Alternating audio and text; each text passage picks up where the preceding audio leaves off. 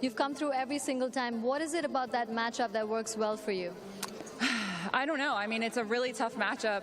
It's not like we have easy matches. They're battles every single time, but I do think that I'm able to take some time away from her. I think that I'm able to kind of hit a low flat ball and not let her kind of set up and go for her big shots, which is what she's really good at. So I need every single person watching this video to stop whatever you are doing, sit down, and just take a deep breath with me.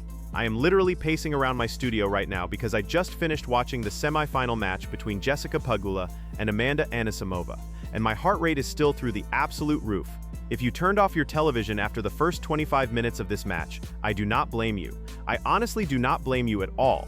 If you saw Amanda Anisimova come out and absolutely obliterate Jessica Pegula 6-1 in the first set, you probably thought the exact same thing the commentators were thinking.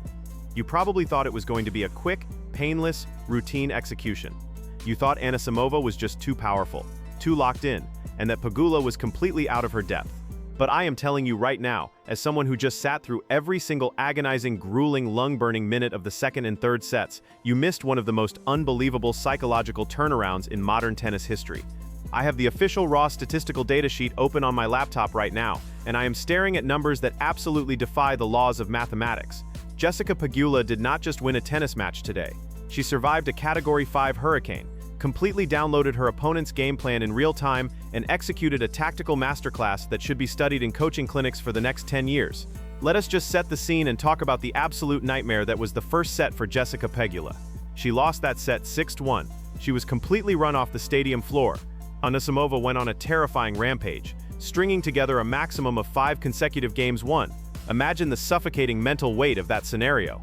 You are playing in a massive semifinal. The lights are glaring, the crowd is buzzing, and you look up at the scoreboard and you are down 6-1 before you have even managed to break a sweat. For 99% of professional athletes, that kind of start is a complete and utter death sentence. Your brain starts feeding you excuses. You start thinking about your flight home. You start telling yourself that your opponent is just playing out of their mind and there is nothing you can do about it. But Jessica Pegula is not 99% of athletes. Jessica Pegula is an absolute mental fortress. She took that 6-1 beating, went to her chair, took a sip of water, and basically decided to completely rewrite the script of the entire afternoon. To truly understand how miraculous this comeback was, we have to look at the statistical illusion of Amanda Anisimova's performance. Because on paper, Anisimova played well enough to win this match in straight sets. I want you to look at Anisimova's service numbers. She stepped up to the line and hit 7 aces. 7 absolutely unreturnable bombs that gave Pegula zero chance to even put her racket on the ball. Pegula, on the other hand, only managed to hit 2 aces the entire match. Anisimova was generating massive free points. And it wasn't just the aces, it was her consistency. Anisimova landed an incredibly impressive 74% of her first serves into the box. Let that absolute monster of a statistic sink in for a moment. Nearly 3/4 of the time Anisimova tossed the ball into the air, she was landing her primary weapon. When a power hitter like Anisimova is serving at 74%, she is supposed to be completely unplayable. She is supposed to dictate every single rally from the very first strike. She even protected her second serve incredibly well, winning 57% of her second serve points, which is significantly higher than Pegula's 50% win rate on the second serve. By all traditional, conventional metrics of tennis analysis, Anisimova was serving a masterpiece. She was doing exactly what you are supposed to do to protect a lead and close out a semifinal. But here is the absolute mind-bending paradox of this match, and this is why I am losing my mind over this stat sheet. Anisimova served beautifully, yet she lost. How does that happen? How do you land 74% of your first serves and still pack your bags? You look at the very next line on the data sheet. Anisimova's first serve win percentage was only 59%. I literally had to clean my glasses and read that twice. 59%. She was landing her absolute best shot, hitting her spots, putting the ball in the box, and she was actively losing 41% of those points. That right there is the entire story of the match. That is the tactical genius of Jessica Pegula.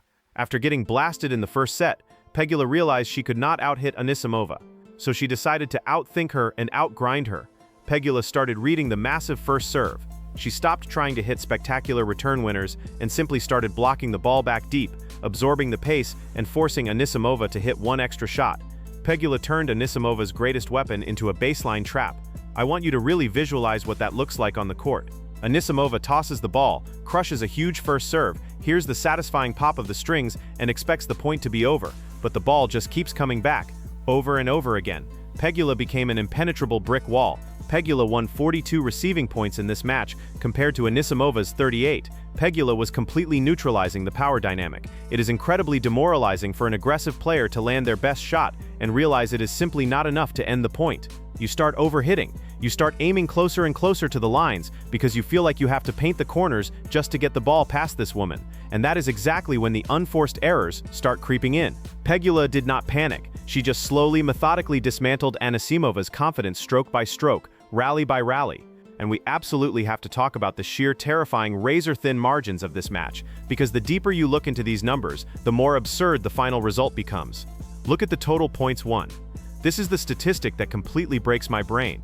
Jessica Pegula won 93 total points. Amanda Anisimova won 91 total points. A 2-point differential over the course of 3 grueling, dramatic sets. 2 single points separated the winner from the loser. 1 missed passing shot, 1 net cord, 1 slight hesitation. That is how close Anisimova was to the final. But it gets even crazier than that. Look at the total games won. They both won 13 games, 13-13.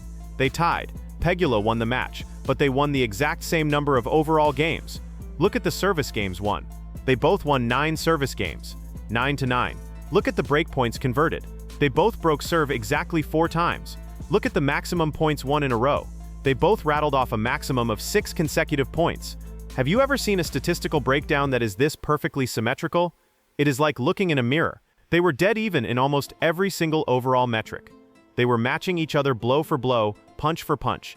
But tennis is a brutal, unforgiving sport because it does not reward the total aggregate, it rewards the timing. It rewards the player who can summon their absolute best tennis when the pressure is suffocating. And that is where Jessica Pegula proved why she is a completely different caliber of competitor. Pegula generated 10 breakpoint opportunities compared to Anisimova's 9. She was constantly, relentlessly knocking on the door.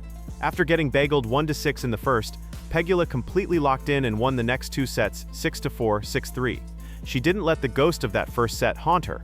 She simply washed it away, recalibrated her return position, and started turning the screws. When you look at Jessica Pegula's first serve win percentage, you see the hallmark of true efficiency. Pegula only landed 65% of her first serves, which is almost 10% lower than Anisimova. But when Pegula got that first serve in, she won 64% of the points. She was maximizing her opportunities. She was protecting her own delivery when it mattered most. She only hit 3 double faults to Anisimova's 4. She was playing clean, disciplined, highly intelligent tennis. She recognized that Anisimova was redlining in the first set, hitting winners from everywhere on the court, and Pegula just waited for the storm to pass. She knew that Anisimova could not sustain that ridiculous, explosive level of tennis for 3 straight hours without making mistakes. Pegula is the ultimate professional. She is like a supercomputer processing the geometry of the court, identifying the patterns, and slowly closing off all the escape routes.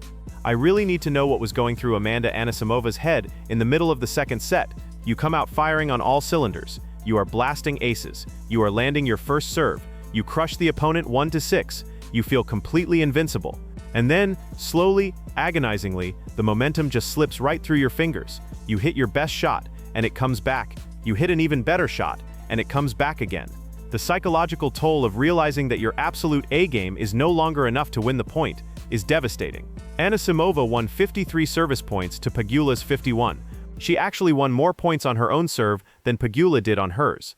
But she couldn't protect the house when the score was 30-40 in the deciding set. That is the cruel reality of the professional tour. You can have the biggest weapons, you can have the most beautiful strokes, but if you cannot execute when the air gets thin and the tension is unbearable, you are going to be packing your bags. What we witnessed today is the definitive proof that Jessica Pegula is an absolute nightmare matchup for anyone in the world. She is not going to blow you away with a 120-mile-per-hour serve. She is not going to hit flashy, jumping forehand winners that make the highlight reels. She is just going to stand there, stare you down, and refuse to miss. She is going to make you play the absolute worst, most physically demanding, most emotionally exhausting tennis of your life. She took an opponent who was serving at 74% and hitting 7 aces, and she still found a way to drag her into the deep water and drown her. That is terrifying. That is the kind of mental toughness that wins championships. I am so incredibly fired up right now, and I really need to hear from you guys in the comments. I need to know if you were as stressed out watching this as I was. For the Pegula fans out there, were you panicking during that 1-6 first set, or did you know she was going to figure it out and mount a comeback? How much respect do you have for her ability to just completely wipe the slate clean and start over? And for the Anisimova fans, how absolutely heartbroken are you looking at these identical statistics? How frustrating is it to see her tie in games 1 and lose by a measly 2 points overall? Do you think Anisimova got too passive in the second set? Or do you think Pegula simply raised her level to a place Anisimova couldn't reach? I am going to be reading every single comment tonight because I need to process this match with you all.